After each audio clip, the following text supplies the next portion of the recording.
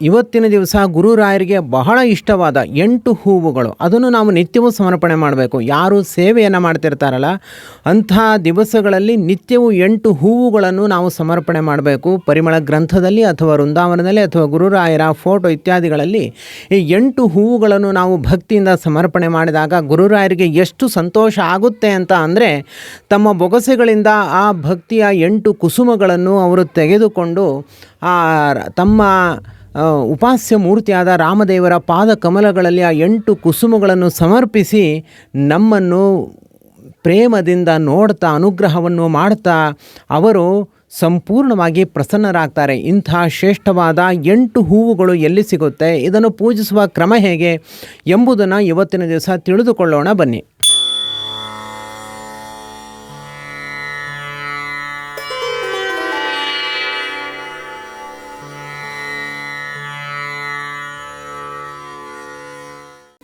ಸಾಧಕರೇ, ಇದು ಬಹಳ ಮುಖ್ಯವಾದ ವಿಷಯ. ನಾವು ನಿತ್ಯವೂ ಕೂಡ ಹೂವು ಇಲ್ಲದೆ ಪೂಜೆ ಮಾಡುವಂತೆ ಇಲ್ಲ. ಪೂಜೆ ಅಂತಂದರೆ ಹೂವು ಬೇಕೇ ಬೇಕು. ಹೂವು ಇಲ್ಲದೆ ಪೂಜೆಯನ್ನು ಮಾಡಿದ್ರೆ ಅದನ್ನು ಪೂಜೆ ಅಂತ ಹೇಳಲಿಕ್ಕೆ ಸಾಧ್ಯವೇ ಆಗೋದಿಲ್ಲ.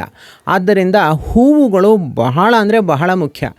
ನಾವು ಮಲ್ಲಿಗೆ ಹೂವು, ಗುಲಾಬಿ ಹೂವು, ಸೇವಂತಿಕಾ ಹೂವು ಇವೆಲ್ಲ ಹೂವುಗಳನ್ನು ತಂದು ನಾವು ಗುರುರಾಯರಿಗೆ ಸಮರ್ಪಣೆ ಮಾಡ್ತೀವಿ, ರಾಮದೇವರಿಗೆ ಸಮರ್ಪಣೆ ಮಾಡ್ತೀವಿ, ಹಾಗೂ ಏನೋ ಪೂಜೆ ಮಾಡಿರುವಂತಹ ಭಾವನೂ ನಾವು ಹೊಂದುತ್ತೀವಿ. ಆದರೆ ಇವತ್ತಿನ ದಿವಸ ಇಲ್ಲಿ ನಾನು ಹೇಳ್ತಾ ಇರುವಂಥ ಹೂವುಗಳು ಇದು ಅದ್ಭುತವಾದ ಚಿದಾನಂದಾತ್ಮಕವಾದ ಹೂವುಗಳಿವು. ಇವುಗಳನ್ನು ನಾವು ಗುರುರಾಯರಿಗೆ ಸಮರ್ಪಣೆ ಮಾಡೋದರಿಂದ ಗುರುರಾಯರು ಈ ಸೇವಂತಿಕ, ಮಲ್ಲಿಗೆ, ಗುಲಾಬಿ ಮೊದಲಾದವುಗಳನ್ನು ಸಮರ್ಪಣೆ ಮಾಡಿದ್ರೆ ಎಷ್ಟು ಸಂತೋಷವನ್ನು ಹೊಂದುತ್ತಾರೋ ಅದಕ್ಕಿಂತ 1,00,000 ಪಟ್ಟು ಮಿಗಿಲಾಗಿ ಅವರು ಸಂತೋಷವನ್ನು ಹೊಂದುತ್ತಾರೆ. ಅಂತಹ ಶ್ರೇಷ್ಠವಾದ 8 ಹೂವುಗಳು ಯಾವುದು? ಈ 8 ಹೂವುಗಳು ಇಲ್ಲದೆ ಶಾಸ್ತ್ರವು ಎಲ್ಲ ಪೂಜೆಯನ್ನು ಕೂಡ ನಿಷೇಧ ಮಾಡಿದೆ. ನಾವು ಈ 8 ಹೂವುಗಳನ್ನು ನಿತ್ಯವೂ ಕೂಡ ದೇವರ ಪೂಜೆಯಲ್ಲಿ ಸಮರ್ಪಣೆ ಮಾಡಲೇಬೇಕು. ಹಾಗಿದ್ರೆ ಅದು ಯಾವುದು 8 ಹೂವುಗಳು ಅಂತ ಅಂದರೆ, ಮೊದಲನೆಯ ಹೂವೇ ಅಹಿಂಸಾ ಅನ್ನುವಂತಹ ಒಂದು ಪುಷ್ಪ. ಮಾಡೋದಿಲ್ಲ, ಮಾನಸಿಕವಾಗಿ ಇನ್ನೊಬ್ಬರಿಗೆ ಕಿರುಕುಳ ಕೊಡೋದಿಲ್ಲ, ಅಥವಾ ನಾನು ಬದುಕೋದ್ರಿಂದ 10 ಜನಕ್ಕೆ ಹಿಂಸೆ ಆಗೋಲ್ಲ, ಎಲ್ಲರಿಗೂ ಕೂಡ ನನ್ನಿಂದ ಸಂತೋಷವೇ ಆಗುತ್ತೆ, ಆ ರೀತಿಯಾದ ಬದುಕನ್ನು ನಾನು ನಡೆಸ್ತಾ ಇದ್ದೀನಿ. ಹೀಗೆ ಅಹಿಂಸೆ ಇದೇ ಮೊದಲನೆಯ ಪುಷ್ಪ. ಅಹಿಂಸಾ ಪ್ರಥಮಂ ಪುಷ್ಪಂ. ಅಹಿಂಸೆ ಅನ್ನುವಂಥದ್ದು ಮೊದಲ ಪುಷ್ಪ. ನಾವು ಜೀವನದಲ್ಲಿ ಅಳವಡಿಸಿಕೊಳ್ಳಬೇಕಾದ ಮೊದಲ ಮಾನವೀಯತೆ, ಮೊದಲ ಮನುಷ್ಯತ್ವ, ಮೊದಲ ನಮ್ಮ ಗುಣ ಅಂತಂದರೆ ಅದುವೇ ಅಹಿಂಸೆ ಅನ್ನುವಂತಹ ಗುಣ. ಯಾರಿಗೂ, ಕೇವಲ ವ್ಯಕ್ತಿಗಳಿಗೆ ಅಲ್ಲ, ಈ ಯಾವ ಒಂದು ಪ್ರದೇಶಕ್ಕೆ, ಭೂದೇವಿಗೆ ಅಥವಾ ನಮ್ಮ ಪ್ರಕೃತಿಗೆ ಯಾವುದಕ್ಕೂ ಕೂಡ ನಮ್ಮಿಂದ ಹಿಂಸೆ ಆಗಬಾರ್ದು. ಆ ರೀತಿಯಾದ ಒಂದು ಬದುಕನ್ನು ನಾವು ನಡೆಸಬೇಕು. ಮನೆಯಲ್ಲಿ ಇರೋವರಿಗೆ ನಮ್ಮಿಂದ ಹಿಂಸೆ ಆಗಬಾರ್ದು, ನಮ್ಮ ಊರಿನಲ್ಲಿ ಇರೋವರಿಗೆ ನಮ್ಮಿಂದ ಹಿಂಸೆ ಆಗಬಾರ್ದು, ಅಥವಾ ನಮ್ಮ ದೇಶಕ್ಕೆ ನಮ್ಮಿಂದ ಹಿಂಸೆ ಆಗಬಾರ್ದು. ಇದು ಮೊದಲ ಪುಷ್ಪ. ಎರಡನೆಯ ಪುಷ್ಪ ಯಾವುದು ಅಂತಂದರೆ ಇಂದ್ರಿಯ ನಿಗ್ರಹ. ಇದು ಎರಡನೆಯ ಹೂವು. ನಾವು ಮತ್ತೊಬ್ಬರಿಗೆ ದಾನ ಧರ್ಮ ಏನು ಮಾಡಿದ್ರೂ ಕೂಡ ಮೊದಲು ಈ ಗುಣಗಳು ನಮ್ಮಲ್ಲಿ ಇರಬೇಕು. ಮೊದಲು ಅಹಿಂಸೆಯನ್ನು ನಾವು ಕಲಿತುಕೊಳ್ಬೇಕು. ಯಾರು ಅಹಿಂಸೆಯನ್ನು ಪರಿಪಾಲನೆ ಮಾಡ್ತಾನೋ ಅವನು ಸರ್ವಶ್ರೇಷ್ಠ ವ್ಯಕ್ತಿ ಅಂತ ಕೃಷ್ಣ ಪರಮಾತ್ಮನು ಕೂಡ ಅದನ್ನೇ ಹೇಳಿದ್ದಾನೆ. ಎರಡನೆಯ ಗುಣ ಅದು ಇಂದ್ರಿಯ ನಿಗ್ರಹ. ಯಾವ ಇಂದ್ರಿಯಗಳಿಂದಲೂ ಕೂಡ ಕೆಟ್ಟ ಕೆಲಸಗಳನ್ನು ನಾವು ಮಾಡಬಾರ್ದು. ಕೆಟ್ಟ ಕೆಲಸಗಳನ್ನು ಮಾಡದೆ ಇಂದ್ರಿಯಗಳನ್ನು ಸಂಪೂರ್ಣ ನಮ್ಮ ಹತೋಟಿಯಲ್ಲಿ ಇಟ್ಕೊಳ್ಬೇಕು. ಇಂದ್ರಿಯಗಳು ಹೇಳಿದಂತೆ ನಾವು ಕೇಳಬಾರ್ದು, ನಾವು ಹೇಳಿದಂತೆ ಇಂದ್ರಿಯಗಳು ಕೇಳಬೇಕು. ಈಗ ಏನಾಗಿದೆ ಅಂತಂದರೆ, ಯಾವುದೇ ಒಂದು ಇಂದ್ರಿಯ ಒಂದನ್ನು ನೋಡುತ್ತೆ, ಆಸೆ ಪಡುತ್ತೆ, ಇದು ಬೇಕು ಅಂತಂದರೆ ನಾವು ಅದರ ಹಿಂದೆ ಓಡಿ ಹೋಗ್ತಾ ಇದ್ದೀವಿ. ಹಾಗಾಗಬಾರ್ದು. ನಮ್ಮ ಹಿಂದೆ ಇಂದ್ರಿಯಗಳು ಬರಬೇಕು. ಕಣ್ಣಿನಿಂದ ನೋಡಬಾರದನ್ನು ನೋಡ್ತಾ ಇದ್ದೀವಿ, ಕಿವಿಯಿಂದ ಕೇಳಬಾರದನ್ನು ಕೇಳ್ತಾ ಇದ್ದೀವಿ, ಬಾಯಿಂದ ಉಣ್ಣಬಾರದನ್ನು ಉಣ್ತಾ ಇದ್ದೀವಿ, ಮೂಗಿನಿಂದ ವಾಸನೆ ನೋಡಬಾರದನ್ನು ನೋಡ್ತಾ ಇದ್ದೀವಿ, ಕೈ ಕಾಲುಗಳಿಂದಲೂ ಕೂಡ ನಾವು ಮಾಡಬಾರದ್ದನ್ನೇ ಮಾಡ್ತಾ ಇದ್ದೀವಿ. ಇದೆಲ್ಲವನ್ನು ಕೂಡ ಪರಿತ್ಯಾಗ ಮಾಡಿ ಕೇವಲ ದೈವಿಕವಾದ ವರ್ತನೆಗಳಿಗೋಸ್ಕರ ನಮ್ಮ ಇಂದ್ರಿಯಗಳನ್ನು ನಾವು ಮುಡುಪಾಗಿಡಬೇಕು. ಇದುವೇ ಇಂದ್ರಿಯ ನಿಗ್ರಹ ಎಂಬುದಾಗಿ ಕರೆಸಿಕೊಳ್ಳುತ್ತೆ. ನಮ್ಮ ಇಂದ್ರಿಯಗಳನ್ನು ಎಷ್ಟು ಹತೋಟಿಯಲ್ಲಿ ನಾವು ಇಟ್ಕೊಂಡಿರ್ತೀವೋ ಅಷ್ಟು ಸಂತೋಷವಾಗುತ್ತೆ. ಗುರುರಾಯರಿಗೆ ನಿತ್ಯವೂ ಕೂಡ ಪ್ರಾತಃ ಕಾಲದಲ್ಲಿ ನಾವು ಪರಿಮಳ ಗ್ರಂಥದ ಮುಂದೆ ಅಥವಾ ಗುರುರಾಯರ ಮುಂದೆ ಕುಳಿತು ಅಹಿಂಸೆ ಎನ್ನುವಂತಹ ಮೊದಲ ಭಾವ ಪುಷ್ಪವನ್ನು ತಮ್ಮ ಚರಣ ಕಮಲಗಳಲ್ಲಿ ನಾನು ಸಮರ್ಪಣೆ ಸಮರ್ಪಣೆ ಮಾಡ್ತಾ ಇದ್ದೀನಿ ಅನ್ನುವಂತಹ ಭಾವವನ್ನು ನಾವು ಹೊಂದಬೇಕು. ಎರಡನೆಯ ಪುಷ್ಪ ಅಂತ ಅಂದರೆ ಅದುವೇ ಇಂದ್ರಿಯ ನಿಗ್ರಹ ಅನ್ನುವಂತಹ ಪುಷ್ಪ. ಈ ಎರಡನೆಯ ಪುಷ್ಪವನ್ನು ಕೂಡ ನಾವು ಭಕ್ತಿಯಿಂದ ಗುರುರಾಯರಿಗೆ ಸಮರ್ಪಣೆಯನ್ನು ಮಾಡಬೇಕು. ಮೂರನೆಯ ಪುಷ್ಪ ಅಂತಂದರೆ ಅಹಿಂಸಾ ಪ್ರಥಮಂ ಪುಷ್ಪಂ ಇಂದ್ರಿಯ ನಿಗ್ರಹ ಸರ್ವಭೂತ ದಯೆ ಅನ್ನುವಂಥದ್ದು ಮೂರನೆಯ ಪುಷ್ಪ. ಸರ್ವಭೂತ ದಯೆ ಅಂತಂದರೆ ಎಲ್ಲರ ಮೇಲೂ ಕೂಡ ಒಂದು ಕಾರುಣ್ಯ, ಎಲ್ಲರ ಮೇಲೂ ಕೂಡ ಒಂದು ವಿಶಾಲ ಮನೋಭಾವನೆ. ಇವತ್ತಿನ ದಿವಸ ಏನಾಗಿದೆ ಅಂತಂದರೆ ಯಾರು ನಮಗೆ ಒಳ್ಳೆಯದನ್ನು ಮಾಡ್ತಾರೋ ಅವರ ವಿಷಯದಲ್ಲಿ ಮಾತ್ರ ನಾವು ತುಂಬ ವಿಶಾಲ ಮನಸ್ಸನ್ನು ಹೊಂದುತ್ತೀವಿ. ಯಾರು ತಮ್ಮ ಪಾಡಿಗೆ ತಾವಿರ್ತಾರೋ ಅಥವಾ ತಮ್ಮ ಸಾಧನೆಗಳಂತ ಅವರ ವಿಷಯದಲ್ಲಿ ನಮ್ಮ ವಿಶಾಲ ಮನೋಭಾವನೆ ಇರೋದಿಲ್ಲ, ಅವರ ಮೇಲೆ ದಯೆ ಇರಲ್ಲ. ಕೆಲವರು ಬಡತನದಲ್ಲಿ ಇರ್ತಾರೆ, ಕೆಲವರು ಕಷ್ಟದಲ್ಲಿ ಇರ್ತಾರೆ, ಕೆಲವರು ನಮಗೆ ಯಾವುದೇ ರೀತಿಯ ಪ್ರಯೋಜನ ಇಲ್ಲದವರಾಗಿರ್ತಾರೆ. ಅಂಥವರ ವಿಷಯದಲ್ಲಿ ನಾವು ದಯೆಯನ್ನು ತೋರಿಸ್ಬೇಕು. ಕೇವಲ ಮನುಷ್ಯರು ಮಾತ್ರ ಅಂತ ಅಲ್ಲ, ಎಲ್ಲ ಪಕ್ಷಿಗಳು, ಪ್ರಾಣಿಗಳು ಹಾಗೂ ಜಂತುಗಳು ಎಲ್ಲರ ವಿಷಯದಲ್ಲಿ ನಾವು ದಯೆಯನ್ನು ಹೊಂದಬೇಕು. ಹಾಗೂ ಗಿಡ ಮರಗಳು ಇವುಗಳ ವಿಷಯದಲ್ಲೂ ಕೂಡ ನಾವು ದಯೆಯನ್ನು ಹೊಂದಬೇಕು. ಹೀಗೆ ನಾವು ದಯೆಯನ್ನು ಹೊಂದಿದ್ರೆ ಅವನು ಅತ್ಯಂತ ಶ್ರೇಷ್ಠನಾದ ವ್ಯಕ್ತಿ ಎಂಬುದಾಗಿ ಆ ಭಗವದ್ಗೀತೆಯಲ್ಲೂ ಕೂಡ ಶ್ರೀಕೃಷ್ಣ ಪರಮಾತ್ಮ ಇದನ್ನು ತಿಳಿಸಿದ್ದಾನೆ. ಆದ್ದರಿಂದ ಮೊದಲು ಇವೆಲ್ಲ ನಮ್ಮ ತನವನ್ನು ಉಳಿಸಿಕೊಳ್ಳಲಿಕ್ಕೆ, ನಾವು ಮನುಷ್ಯರಾಗಲಿಕ್ಕೆ ಇರಬೇಕಾದ ಒಂದು ಅರ್ಹತೆಗಳು ಇದೆಲ್ಲವೂ ಕೂಡ. ನಾವು ಗುರುರಾಯರ ಬಳಿ ಸರ್ವಭೂತ ದಯೆ ಎನ್ನುವಂತಹ ಪುಷ್ಪವನ್ನು ತಮಗೆ ಸಮರ್ಪಣೆ ಮಾಡ್ತಾ ಇದ್ದೀನಿ ಎಂಬುದಾಗಿ ನಾವು ಹೇಳಬೇಕು.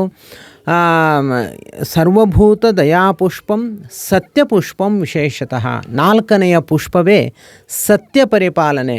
ಸತ್ಯವನ್ನೇ ನುಡಿಯಬೇಕು, ಸತ್ಯಕ್ಕಾಗಿ ಸತ್ಯವನ್ನು ಹೇಳಬೇಕು, ವಿನಾಕಾರಣ ಸುಳ್ಳುಗಳನ್ನು ಹೇಳೋದು ಮತ್ತು ಸುಳ್ಳುಗಳನ್ನು ಹೇಳೋದ್ರಿಂದ ಸತ್ಯವನ್ನು ಸಂಹಾರ ಮಾಡುವಂಥದ್ದು ಇದೆಲ್ಲವೂ ಕೂಡ ತುಂಬ ತಪ್ಪು.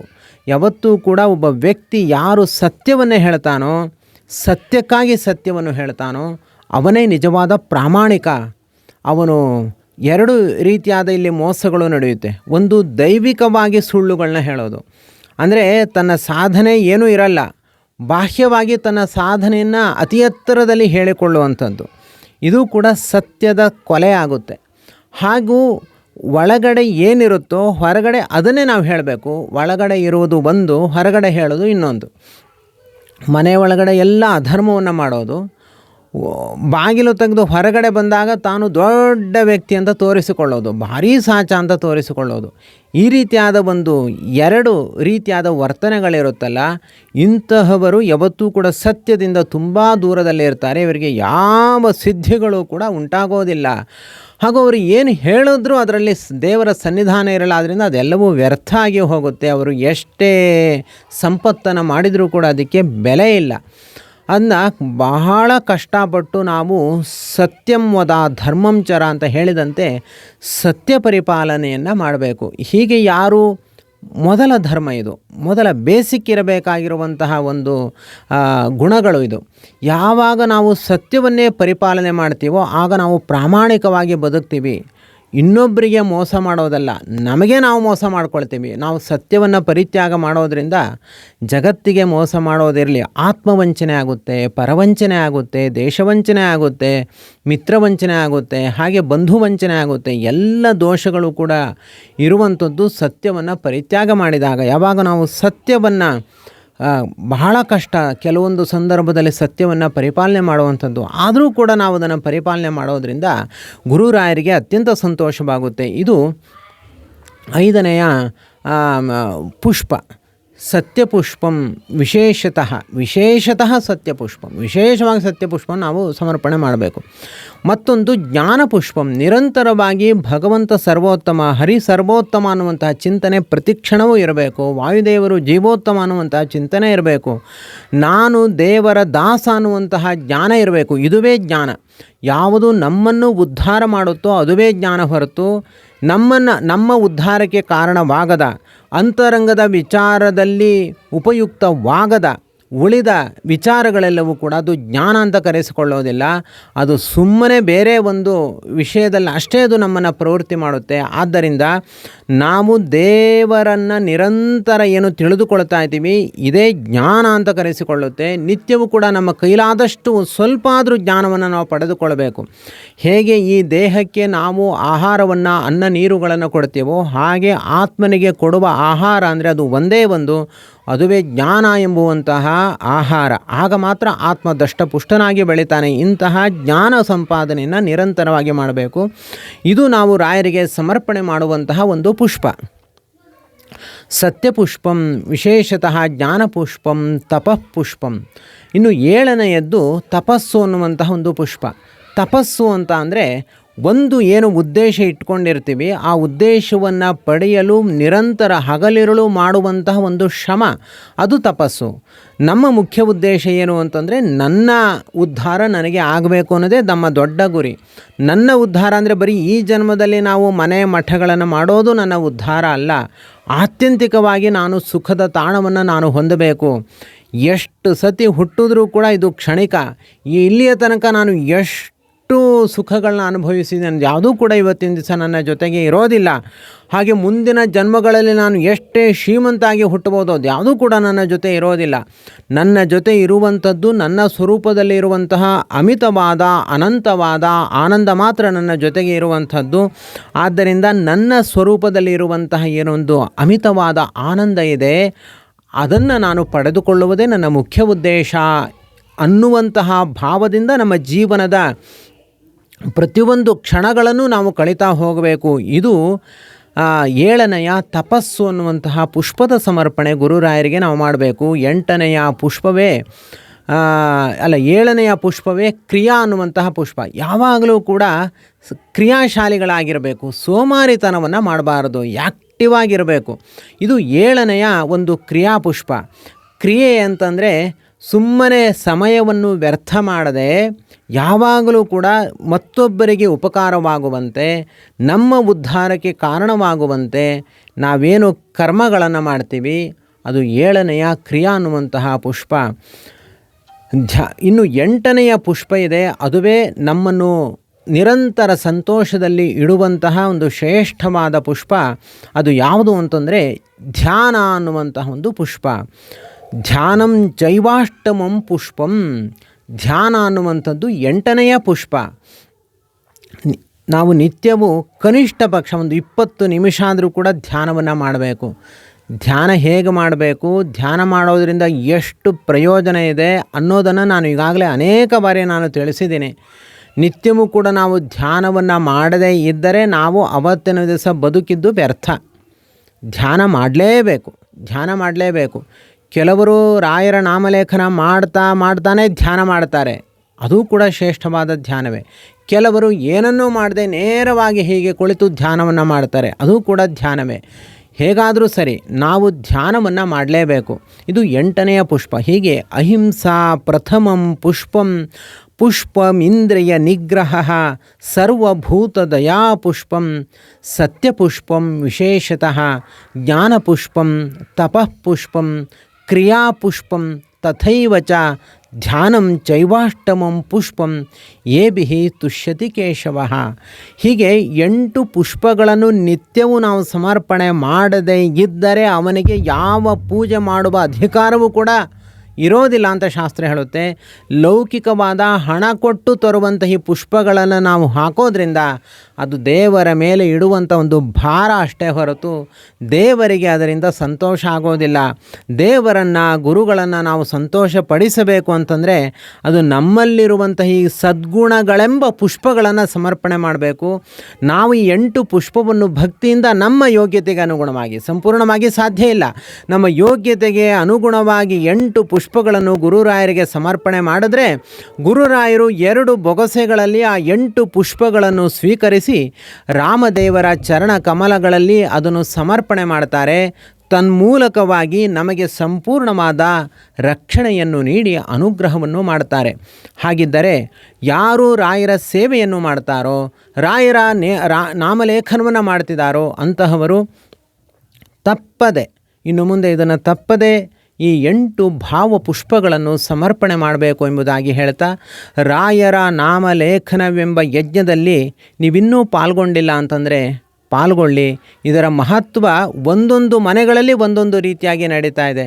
ಪ್ರತಿಯೊಬ್ಬರೂ ಕೂಡ ಒಂದೊಂದು ವಿಶೇಷವಾದ ಅನುಭವಗಳನ್ನು ಹೊಂದುತ್ತಾ ಇದ್ದಾರೆ. ಇವತ್ತಿನ ದಿವಸ ಶಶಿ ಮೋಹನ್ ರಾಜ್ ಇವರು ಉಡುಪಿ ಪಡುಬಿದ್ರೆಯಿಂದ ಮಾತನಾಡ್ತಾರೆ. ಇವರು ತುಂಬ ಶ್ರದ್ಧೆ ಹಾಗೂ ವಿಶ್ವಾಸದಿಂದ, ಒಂದೇ ವಿಶ್ವಾಸದಿಂದ ರಾಯರ ನಾಮಲೇಖನವನ್ನು ಮಾಡಿದ್ದಾರೆ. 1,00,000 ಬಾರಿ ಶ್ರೀರಾಘವೇಂದ್ರ ಅಂತ ಬರೆದು ಅವರು ತೃಪ್ತಿಯನ್ನು ಹೊಂದಿದ್ದಾರೆ. ರಾಯರ ವಿಶೇಷ ಅನುಗ್ರಹ ನನ್ನ ಮೇಲೆ ಆಗಿದೆ ಅನ್ನುವಂತಹ ಅನುಭವವನ್ನು ನಮ್ಮ ಮುಂದೆ ಹಂಚಿಕೊಳ್ತಾರೆ. ಹಾಗೂ ರಾಯರ ಭಕ್ತಳು ನಾನು, ರಾಯರಂದರೆ ನನಗೆ ತುಂಬ ಇಷ್ಟ, ನನಗೆ ಏನಿದ್ರೂ ಕೂಡ ವರವನ್ನು ನೀಡುವ ಕಾಮಧೇನು ಅಂದರೆ ರಾಯರು ಅನ್ನುವಂತಹ ಮಾತುಗಳನ್ನು ಮುಕ್ತ ಕಂಠದಿಂದ ಇವರು ಹೇಳ್ತಾರೆ. ಇವರ ಮಾತುಗಳನ್ನು ಈಗ ಕೇಳೋಣ ಬನ್ನಿ. ನಮಸ್ತೆ. ನಾನು ಗುರುಗಳ ನಾಮಲೇಖನ 1,00,000 ಬಾರಿ ಮಾಡಿದ್ದೇನೆ. ಇದು ನನಗೆ ತುಂಬ ಖುಷಿಯಾದ ವಿಷಯ. ನನ್ನ ಲೈಫಲ್ಲಿ ನನಗೆ ರಾಘವೇಂದ್ರ ಸ್ವಾಮಿ ಅಂದರೆ ತುಂಬ ಇಷ್ಟ. ನನಗೆ ಈಗ ಅವಕಾಶವನ್ನು ಮಾಡಿಕೊಟ್ಟಂತಹ ವೆಂಕಟಾಚಾರ್ಯ ಭಟ್ ಇವರಿಗೆ ನಾನು ಹೃದಯಪೂರ್ವಕ ಅಭಿನಂದನೆಗಳನ್ನು ಹೇಳ್ತಾ ಇದ್ದೇನೆ. ನಾಮಲೇಖನ ಅವರು ಯಾವ ನಿಯಮಗಳನ್ನು ಇಟ್ಕೊಂಡು ಮಾಡಬೇಕಂತ ಹೇಳಿದಾರೋ ಅದೇ ನಿಯಮವಾಗಿ ನಾನು ಮಾಡಿದ್ದೇನೆ. ನಾನಿರುವಂತಹ ಪ್ಲೇಸಿಗೆ ನನಗೆ 3 ರಾಯರ ಮಠಗಳಿದೆ. ನಾನು ಪ್ರತಿ ಗುರುವಾರನೂ ಮಠಕ್ಕೆ ಹೋಗಿ ಪೂಜೆ ಮಾಡಿ, ಪಾದ ಪೂಜೆ ಮಾಡಿನೇ ಬರುವುದು. ನಾಮಲೇಖನ ನಾವು ಮಾಡ್ತಾ ಹೋದಾಗ ನಮಗೆ ಒಂದು ಸುಂದರ ಅನುಭವ ಉಂಟಾಗುತ್ತೆ. ಆ ಅನುಭವವನ್ನು ಹೇಳಲಿಕ್ಕೆ ನಮಗೆ ವರ್ಡ್ಸ್ ಇಲ್ಲ. ಅದೊಂದು ಬ್ಯೂಟಿಫುಲ್ ಸುಂದರವಾದ ಅನುಭವ. ಅದನ್ನು ಅನುಭವಿಸಿದವರಿಗೆ ಮಾತ್ರ ಗೊತ್ತಿರುತ್ತೆ. ಎಲ್ಲ ಅವಕಾಶವನ್ನು ಮಾಡಿಕೊಟ್ಟಿದ್ದಾರೆ ನೋಡಿ ವೆಂಕಟಾಚಾರ್ಯ ಭಟ್ ಅವರಿಗೆ. ಎಷ್ಟು ನಾವು ಧನ್ಯವಾದ ಸಲ್ಲಿಸಿದರೂ ಕಡಿಮೆನೇ. ಅಂದರೆ ನಮಗೆ ಈ ಥರ ಒಂದು ಮಾಡಲಿಕ್ಕೆ ಎಲ್ಲೂ ಅವಕಾಶ ಇಲ್ಲ. ನನ್ನ ಲೈಫಲ್ಲಿ ರಾಘವೇಂದ್ರ ಸ್ವಾಮಿಯವರು 2004 ಬಂದಿದ್ದರು. ಬಟ್ ನನಗೆ ಆಗ ಎಜುಕೇಷನ್ ಟೈಮ್ ನಡೀತಾ ಇತ್ತು. ಅಷ್ಟು ನನಗೆ ರಾಯರ ಬಗ್ಗೆ ಗೊತ್ತಿರಲಿಲ್ಲ. ಮತ್ತು ಇನ್ನೊಂದು ಸಲ 2014 ನನ್ನ ಲೈಫಿಗೆ ಬಂದರು. ಆಮೇಲೆ ನಾನು ಸ್ವಲ್ಪ ಮಠಕ್ಕೆ ಹೋಗೋದು, ಪೂಜೆ ಎಲ್ಲ ಕಂಟಿನ್ಯೂ ಮಾಡ್ತಾ ಹೋದೆ. ಆಮೇಲೆ 2024 ನನಗೊಂದು ಅದ್ಭುತವಾದ ಅವಕಾಶ ಸಿಕ್ಕಿತು. ಏನು ಹೇಳಿದರೆ ರಾಘವೇಂದ್ರ ಸ್ವಾಮಿಯವರ ನಾಮಲೇಖನ ಮಾಡಲಿಕ್ಕೆ. ನಾನು 1,00,000 ಬಾರಿ ನಾಮಲೇಖನ ಮಾಡಿದ್ದೀನಿ ಅಂತ ಹೇಳಲಿಕ್ಕೆ ನನಗೆ ತುಂಬ ಖುಷಿಯಾಗುತ್ತೆ. ಈ ಸೇವೆಯನ್ನು ಎಲ್ಲ ನಾನು ಶ್ರೀರಾಮಚಂದ್ರ ದೇವರಿಗೆ ಹಾಗೂ ಮುಖ್ಯ ಪ್ರಾಣ ದೇವರಿಗೆ, ಇವರ ಪಾದ ಕಮಲಗಳಿಗೆ ನಾನು ಅರ್ಪಿಸ್ತಾ ಇದ್ದೇನೆ. ನಾನು ನಾಮಲೇಖನ ಮಾಡೋದನ್ನು ನೋಡಿ ನನ್ನ ಫ್ರೆಂಡ್ ಕೂಡ ನಾನು ಮಾಡ್ತೇನೆ ಅಂತ ಹೇಳಿ, ಸೊ ಅವರು ಕೂಡ ಈಗ ಬರಿತಾ ಇದ್ದಾರೆ ನಾಮಲೇಖನ. ಮತ್ತು ನನಗೆ ತುಂಬ ಖುಷಿ. ನನ್ನ ಲೈಫಲ್ಲಿ ಪ್ರಾಬ್ಲಮ್ಸ್ ಏನೇ ಇದ್ದರೂ ಎಲ್ಲನೂ ಪರಿಹಾರ ಮಾಡಿಕೊಡ್ತಾರೆ ಅಂತ ನನಗೆ ನಂಬಿಕೆ ಇದೆ. ರಾಘವೇಂದ್ರ ಸ್ವಾಮಿ ಹತ್ರ ನನಗೆ ಅವರಂದರೆ ಪಂಚಪ್ರಾಣ. ನನಗೆ ರಾಘವೇಂದ್ರ ಸ್ವಾಮಿ ಅಂದರೆ ಸಾಕು, ಮೈಯೆಲ್ಲ ರೋಮಾಂಚನ ಆಗುತ್ತೆ. ಪೂಜ್ಯಾಯ ರಾಘವೇಂದ್ರಾಯ ಸತ್ಯಧರ್ಮ ರಥಾಯ ಚ ಭಜತಾಂ ಕಲ್ಪವೃಕ್ಷಾಯ ನಮತಾಂ ಕಾಮಧೇನವೇ. Thank you. ಇಲ್ಲಿಯ ತನಕ ತಾವು ಕೇಳಿದಂತೆ ಶ್ರೀಮತಿ ಶಶಿ ಮೋಹನ್ ರಾಜ್ ಇವರು ಪಡುಬಿದ್ರೆಯಿಂದ ಮಾತನಾಡ್ತಾ, ರಾಯರ ನಾಮಲೇಖನವನ್ನು ಮಾಡ್ತಾ ಇದ್ದರೆ ನಮ್ಮನ್ನೇ ನಾವು ಮರೆತು ಬಿಡ್ತೀವಿ, ಹಾಗೂ ರಾಯರ ಆಶೀರ್ವಾದ ನಮಗೆ ಆಗುವುದರಲ್ಲೂ ಕೂಡ ಯಾವುದೇ ಸಂದೇಹವಿಲ್ಲ ಎಂಬ ಮಾತನ್ನು ಹೇಳಿದ್ದಾರೆ. ಇವರಿಗೆ ಶ್ರೀ ರಾಘವೇಂದ್ರ ಮಂತ್ರಮಂದಿರದ ವತಿಯಿಂದ ಶತಸಹಸ್ರ ಶ್ರೀ ರಾಘವೇಂದ್ರ ನಾಮಲೇಖಕಿ ಎಂಬ ಪ್ರಶಸ್ತಿಯನ್ನು ನಾವು ಪ್ರದಾನ ಮಾಡುತ್ತಿದ್ದೇವೆ. ಇವರಿಗೂ ಇವರ ಕುಟುಂಬಕ್ಕೂ ಎಲ್ಲ ರೀತಿಯಲ್ಲಿ ಗುರುರಾಯರು ಅನುಗ್ರಹವನ್ನು ಉಂಟು ಮಾಡಲಿ, ಹಾಗೂ ಮುಖ್ಯ ಪ್ರಾಣದೇವರ ಅನುಗ್ರಹವೂ ಕೂಡ ಇವರಿಗೆ ಪ್ರಾಪ್ತವಾಗಲಿ, ಮತ್ತು ವಿಶೇಷ ಸಾಧನೆಯಾಗಲಿ, ಮತ್ತಷ್ಟು ವಿಶ್ವಾಸ ಅಭಿವೃದ್ಧಿಯಾಗಲಿ, ಇವರಿಂದ 10 ಮಂದಿ ರಾಯರ ನಾಮಲೇಖನ ಮಾಡುವಂತೆ ಆಗಲಿ ಎಂಬುದಾಗಿ ಹಾರೈಸ್ತಾ, ನೀವು ಕೂಡ ರಾಯರ ನಾಮಲೇಖನದಲ್ಲಿ ತೊಡಗಿಕೊಳ್ಳಿ. ಅದಕ್ಕಾಗಿ ನಮ್ಮನ್ನು ವಾಟ್ಸ್ಯಾಪ್ ಮೂಲಕ ಸಂಪರ್ಕ ಮಾಡಿ. ಯಸ್ಸರ್ವಗುಣ ಸಂಪೂರ್ಣಃ ಸರ್ವದೋಷ ವಿವರ್ಜಿತಃ ಪ್ರೀಯತಾಂ ಪ್ರೀತೇವಾಲಂ ವಿಷ್ಣುರ್ಮೇ ಪರಮಃ ಸುಹೃತು. ಶ್ರೀಕೃಷ್ಣಾರ್ಪಣಮಸ್ತು. ಶ್ರೀರಾಘವೇಂದ್ರ ಶ್ರೀರಾಘವೇಂದ್ರ ಶ್ರೀರಾಘವೇಂದ್ರ ಶ್ರೀರಾಘವೇಂದ್ರ